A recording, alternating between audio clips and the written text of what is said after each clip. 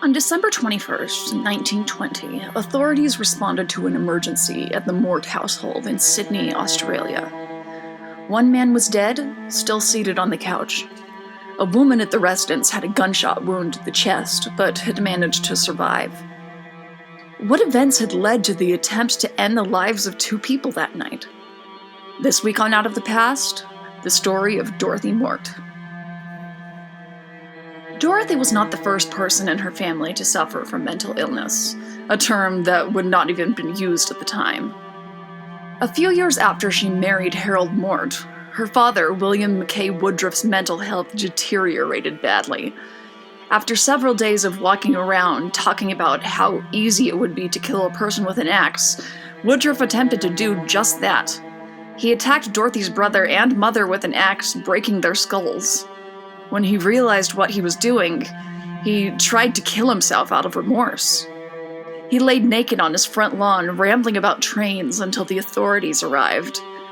He was found not guilty by reason of insanity, but nevertheless served several years in prison, and killed himself shortly after his release in 1919. Needless to say, all of this devastated Dorothy and caused her to suffer from post-traumatic stress disorder for most of her life. The dead man on the couch also suffered from post-traumatic stress. His name was Claude Tozer, and he was a bit of a celebrity in the area. His work helping the wounded during World War I earned him a great deal of respect from the government, though he never recovered from the nightmares of trench warfare.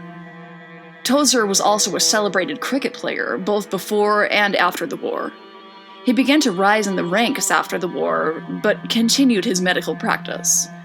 When Dorothy's husband sought help for her so-called lunacy, Tozer was the only doctor that was acceptable to Dorothy. In her own words, "I loved him immediately. He was so handsome and big and splendid that I thought how wonderful a son would be of his."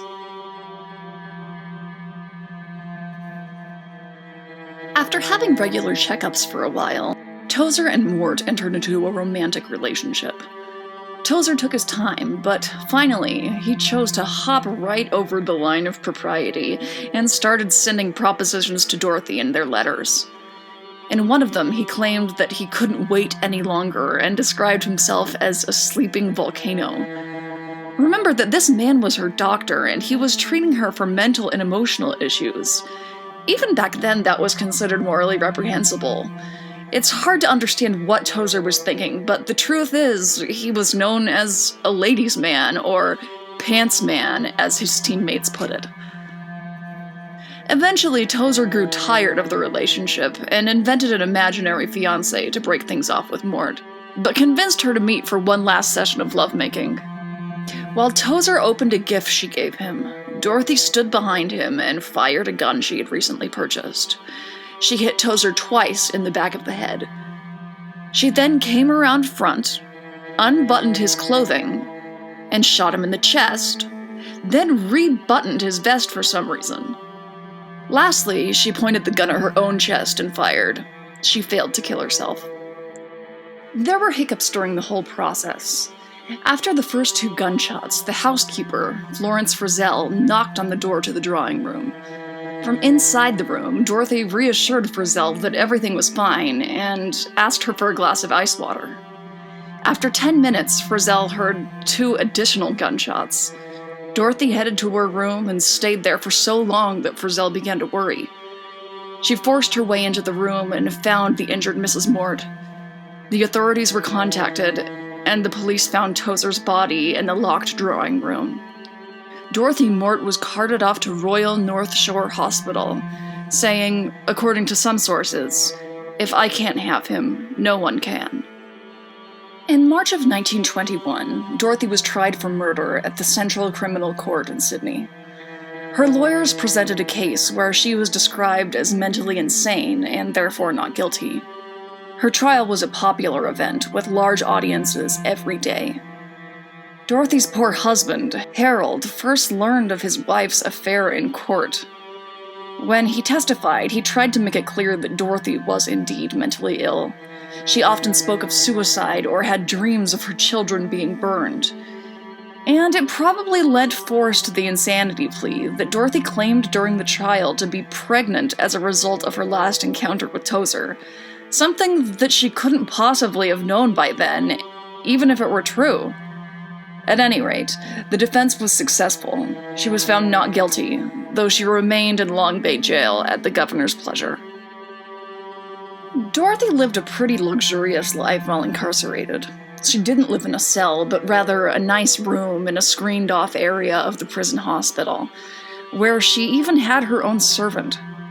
She wasn't required to wear a prison uniform, and her husband sent her fancy jewelry and clothing.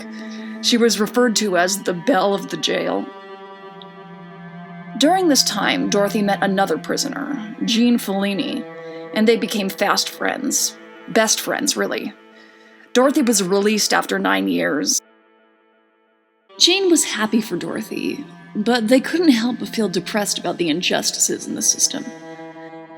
Dorothy was easy for the courts to release because of her social status, race, and wealth. Jean Fellini was convicted on much looser evidence than Dorothy. By many accounts, they shouldn't have been convicted at all. Their Italian heritage and identity as a transgender person made it hard to receive mercy from the prejudiced courts. Dorothy worked hard for her friend. She created a group that lobbied the New South Wales government to release Jean Fellini. The group argued that Jean's treatment was unfair and cruel, especially compared to Dorothy's. Jean was eventually released in February of 1931, not too long after Dorothy. After Dorothy's release, she returned to her husband and children, unfortunately having missed a great deal of their childhoods. She lived with her family until passing away in 1966. There are a lot of important issues wrapped up in this case. The first is the ignorance about mental illness. Dorothy obviously had a condition that was hereditary. Her husband complained to Dr. Tozer that his wife suffered from bouts of suicidal behavior. The doctor should have recognized this and drawn a connection to her father, a suicide victim who also had homicidal tendencies.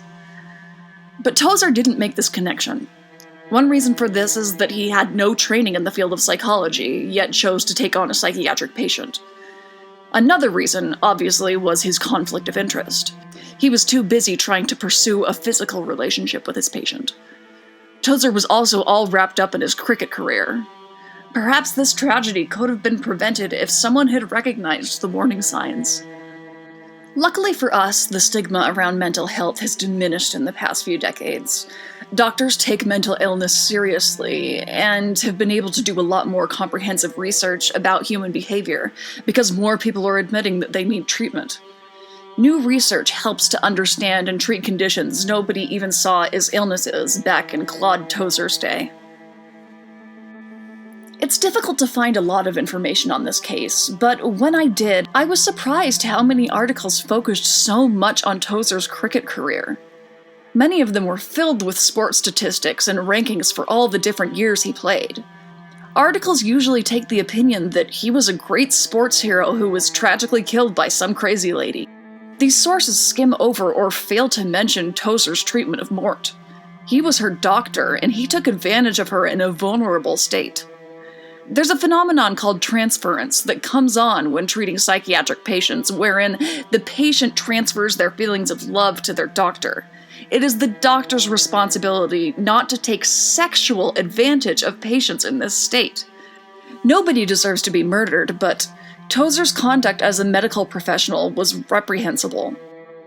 There are a couple of books that I can point you to if you are interested in doing some more research on this case, though I must warn you, a lot of the pages will be filled with cricket statistics. Look for Mrs. Mort's Madness by Suzanne Faulkner. Eugenia, A True Story of Adversity, Tragedy, Crime, and Courage by Mark Tedeschi is about Joan. I'll be doing a video on their case in the weeks to come. That's all for now. I'll see you next week on Out of the Past.